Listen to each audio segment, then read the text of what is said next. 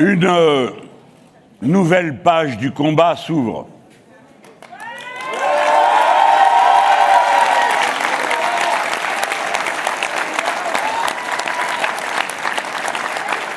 Vous l'aborderez, nous l'aborderons dans la fierté du travail accompli. Cette force immense que nous avons construite de nos mains, tant de fois, sous le mépris et les insultes. Mais elle est là. Et pour chaque étape, elle est là.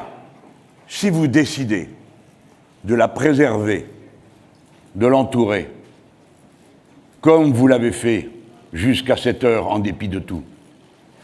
Ce matin, il faisait beau à Marseille. Sur la mer fuyante, les rayons du soleil bondissaient d'une vague à l'autre. Ce matin, tandis que je me préparais à entrer dans cet événement dont je ne savais rien, me sont arrivés bientôt les échos de l'Oyapock, frontière française sur le Brésil, et puis ceux du Maroni, et puis ceux de la Martinique, et puis ceux de la Guadeloupe, et puis ceux de la Réunion.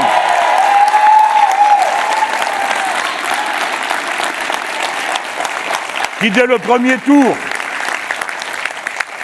premier tour, m'élisaient pour leur président.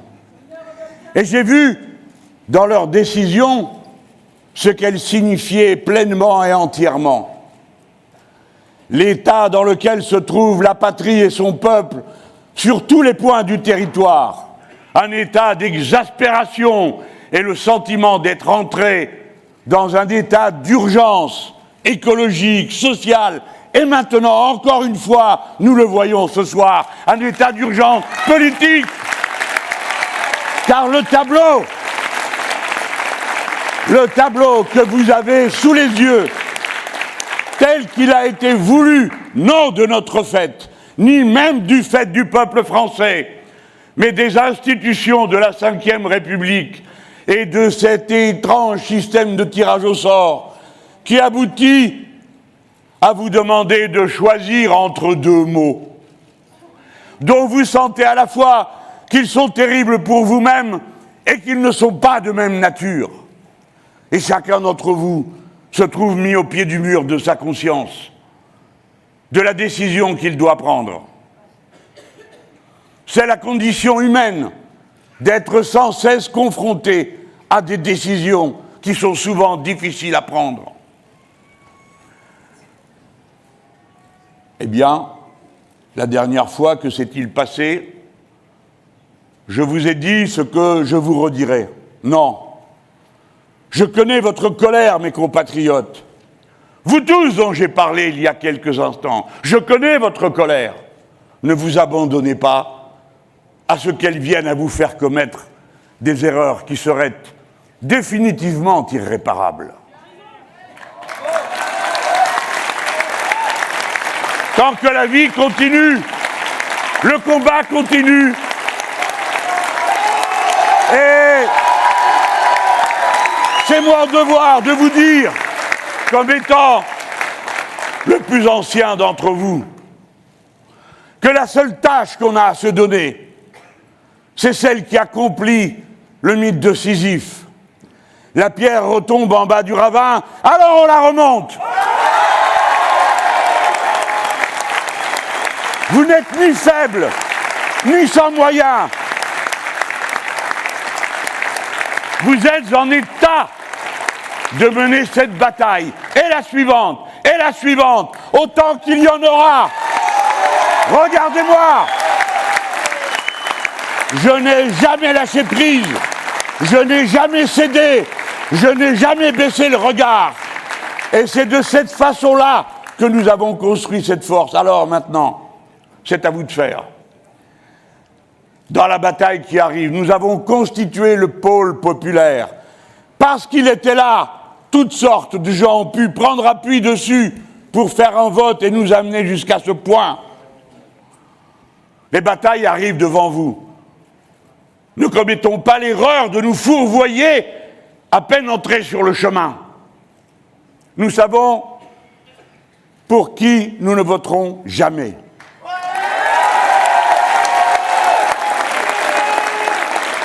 Et pour le reste, comme je vous l'ai dit, il y a 5 ans, vous souvenez-vous qu'il y a eu quelques dégâts après notre déclaration? Pour qui prendrait-on les Français? Ils sont capables de savoir quoi faire. Ils sont capables de décider ce qui est bon pour le pays.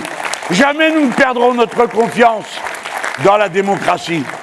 Donc, vous ne devez pas donner une voix à Madame Le Pen. Alors, je le sais bien. Je répète parce que des fois, il arrive que même quand je dis les choses, c'est comme si je ne les avais pas dites. Alors je recommence à cet endroit du film. Il ne faut pas donner une seule voix à Madame Le Pen. Il ne faut pas donner une seule voix à Madame Le Pen. Il ne faut pas donner une seule voix à Madame Le Pen. Voilà, je crois que le message pour cette partie a été entendu. Alors maintenant, qu'allons-nous faire? On va ouvrir la page et les 310 000 personnes qui m'ont parrainé donneront leur point de vue. Ceci posé, ne nous cachons pas la violence de la déception. La violence de la déception, elle est d'abord en pensant à tout ce qui aurait été entrepris et qui ne le sera pas. Et ceci, plus que le reste, me cuit. Ce que je me préparais à faire, ce que je croyais immédiatement à portée de main, les belles équipes dont nous disposons et qui étaient prêtes à se déployer pour assumer toutes les tâches qu'il y avait à assumer. Oui, c'est une déception. Mais en même temps, comment se cacher, je suis comme vous, entre les deux, comment se cacher aussi la fierté du travail accompli? Le pôle populaire existe. Si nous n'y étions pas, que resterait-il? Qu'aurions-nous? Rien. Et nous avons construit cette force.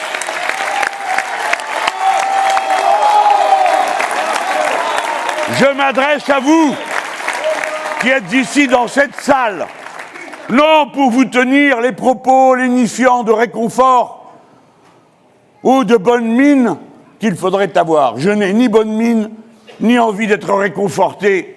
Je ne connais que mon devoir. Et je vous appelle à faire de même. La lutte continue. La lutte continue. Nous disons à tous ceux qui jusque-là n'ont pas voulu l'entendre, ici est la force. Nous avons une stratégie, le pôle populaire. Nous avons un programme. Nous avons devant nous d'autres élections. Nous tiendrons à chaque étape notre rang. Réfléchissez-y. Alors, bien sûr, les plus jeunes vont me dire, eh bien, on n'y est encore pas arrivé. C'est pas loin, hein? Faites mieux. Merci.